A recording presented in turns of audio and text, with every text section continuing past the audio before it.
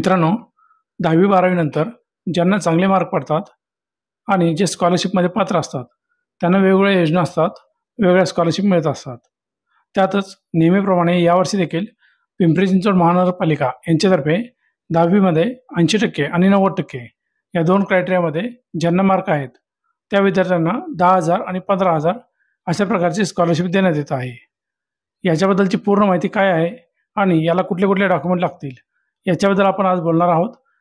अजून फॉर्म भरायला सुरू झालेलं नाही आहे, परंतु त्याआधी तुम्ही माहिती करून घ्या याच्यासाठी कुठले डॉक्युमेंट लागतात आणि कोण याच्यासाठी पात्र असणार. त्याचबरोबर जर एखादा डॉक्युमेंट तुमचं नसेल आत्ता अवेलेबल, तर त्याला काय ऑप्शन आहे ते देखील आपण सांगणार आहोत. त्यामुळे व्हिडिओला शेवटपर्यंत नक्की बघा, पूर्ण माहिती जाणून घ्या. आणि त्यापूर्वी तुम्ही अजून आपल्या चॅनलवर पहिल्यांदा आला असाल तर चॅनलला सबस्क्राईब करायला विसरू नका आणि बेल आयकॉन दाबून ठेवा, म्हणजेच असेच नवीन अपडेट तुमच्याजवळ येत राहतील. चला तर मग आजच्या व्हिडिओला सुरुवात करूया. नमस्कार, मी रोहन. स्वागत आहे आपल्या पूर्ण इन्फोटेकमध्ये. पिंपरी चिंचवड महानगरपालिकेतर्फे दरवर्षी 10वीमध्ये जे पासआउट होतात त्यामध्ये 80% आणि 90% असे 2 क्रायटेरिया आहेत, ज्याच्यामध्ये तुमचं स्टेट बोर्ड असू द्या, ICSE बोर्ड आणि CBSE बोर्ड. कोणत्याही बोर्डमधून जरी तुम्ही पासआउट असाल, त्यामध्ये 80%पेक्षा जास्त मार्क पाहिजे. आणि दुसरी क्रायटेरिया आहे 90%पेक्षा जास्त.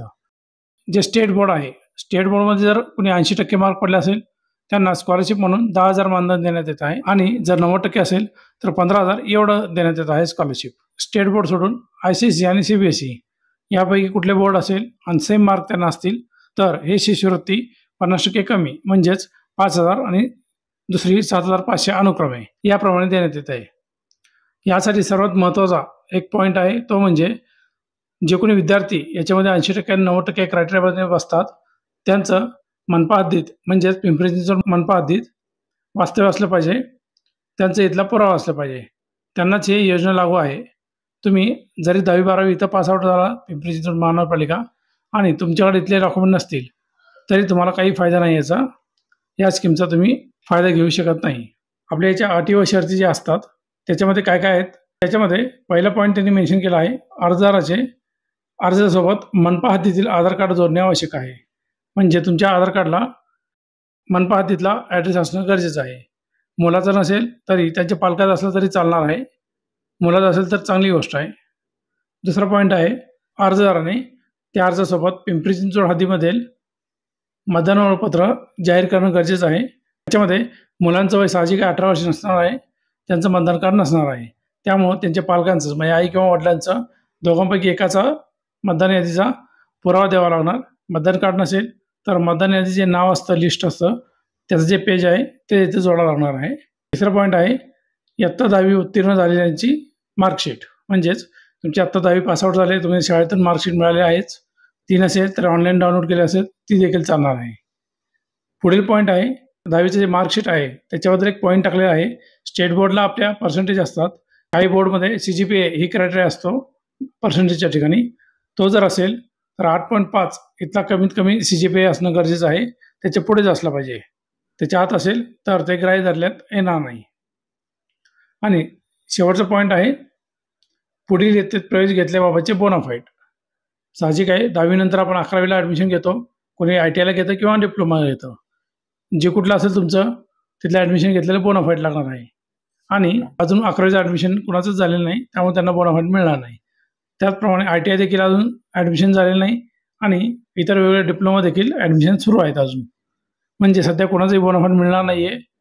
याच्यावरून एक पॉईंट लक्षात घ्या, ही जी योजना आहे याचं जे फॉर्म भरण्याची तारीख आहे ही कुठल्याही ॲडमिशन झाल्यानंतरच सुरू होणार आहे. कारण बोनाफाईड कोणाकडे आत्ता नसणार आहे. 11वी असो, ITI किंवा डिप्लोमा, वेगवेगळं तुम्ही ॲडमिशन जर घेतलं तर तिथलं बोनाफाईड तुम्हाला या योजनेसाठी कंपल्सरी आहे. त्यामुळे अजून कुठलं जे ॲडमिशन झालेलं नाही, त्यामुळे अजून हे फॉर्म सुरू झालेले नाहीत. परंतु जूनच्या एंडिंगच्या आतमध्ये हे फॉर्म नक्कीच सुरू होतील. तोपर्यंत भरपूर विद्यार्थ्यांचे ॲडमिशन झालेले असतात, त्यामुळे जूनच्या एंडिंगपर्यंत नक्कीच हे फॉर्म सुरू होतील. आणि याच्यामध्ये अजून एक पॉईंट आहे, तो म्हणजे बँक पासबुक. कारण येणारी शिष्यवृत्ती जी आहे ते कुठल्या अकाउंटला येणार, विद्यार्थ्याचं अकाउंट असेल तर उत्तमच आहे, नसेल तरी पालकांचं अकाउंट देखील त्यासाठी जोडू शकता. जॉईंट अकाउंट असेल तरी देखील चालणार आहे. हे झाले डॉक्युमेंटची क्रायटेरिया. आता याच्यामध्ये एक पॉईंट महत्त्वाचा आहे, जर तुम्ही त्या 10वी इथं झाले तुमची PCMCमध्ये, परंतु तुमच्यावर आता वोटर ID नाही आहे किंवा आधार कार्डचा ॲड्रेस देखील इथला नाही आहे, तर टेन्शन घेऊ नका. फॉर्म अजून सुरू झालेले नाही आहेत. त्यामुळे तुमच्याकडे ॲड्रेस चेंज करण्यासाठी भरपूर ऑप्शन आहेत. आधार कार्ड ॲड्रेस चेंज करण्यासाठी आपण आधी एक व्हिडिओ टाकला आहे. त्या व्हिडिओची लिंक देखील डिस्क्रिप्शनमध्ये तुम्हाला मिळून जाईल आणि या प्रकारचा थंबनेल तुम्हाला तिथं दिसेल. या थंबनेलला तुम्ही क्लिक करून व्हिडिओ सेक्शनमध्ये जाऊन हा व्हिडिओ बघून घ्या. त्याप्रमाणे तुमचा ॲड्रेस कसा चेंज करायचा तुम्हाला कळून येईल. त्यासाठी लागणारे बेसिक डॉक्युमेंट आहेत. कुठले डॉक्युमेंट नसेल तरी देखील ॲड्रेस कसा चेंज करता हे देखील आपण त्यामध्ये प्रॉपरली सांगितलं आहे. आता दुसरा पॉईंट, मनपा हद्दीतलं मतदान कार्ड. पिंपरी चिंचवडमध्ये राहतोय त्यामुळे तुमच्याकडे असणं गरजेचं आहे. नसेल तरी टेन्शन घेऊ नका. जसं आपण आधार कार्डचं चेंज करायचा ॲड्रेस बोललो, सेम वोटर आय डीचं देखील तुम्ही ॲड्रेस चेंज करू शकता. ते देखील 15 ते 20 दिवसामध्ये ॲड्रेस चेंज होऊन जाईल. अजून फॉर्म सुरू झालेला नाही, त्यामुळे तुमच्याकडे वेळ आहे भरपूर. त्यामुळे लगेच तयारीला लागा. हे 2 डॉक्युमेंट महत्त्वाचे आहेत. तुमचे आधार कार्ड आणि voter I D Pimpri Chinchwad हद्दीतलं असणं गरजेचं आहे. दुसरे कुठल्याही मेजर असे क्रायटेरिया नाही आहे की जे तुम्ही पूर्तता करू शकत नाही. 10वीचं मार्कशीट, तुमचं बोनाफाईड, तुमचं बँक पासबुक, या 2-3 गोष्टी तुमच्याकडे अवेलेबल असतातच. फक्त प्रश्न येतो तुमचा पिंपरी चिंचवड हद्दीमधील रहिवासी असल्याचा पुरावा, म्हणजे तुमचं आधार कार्ड आणि वोटर आय डी. हे 2 गोष्टीचं खात्री करून घ्या तुमचं इथलं आहे.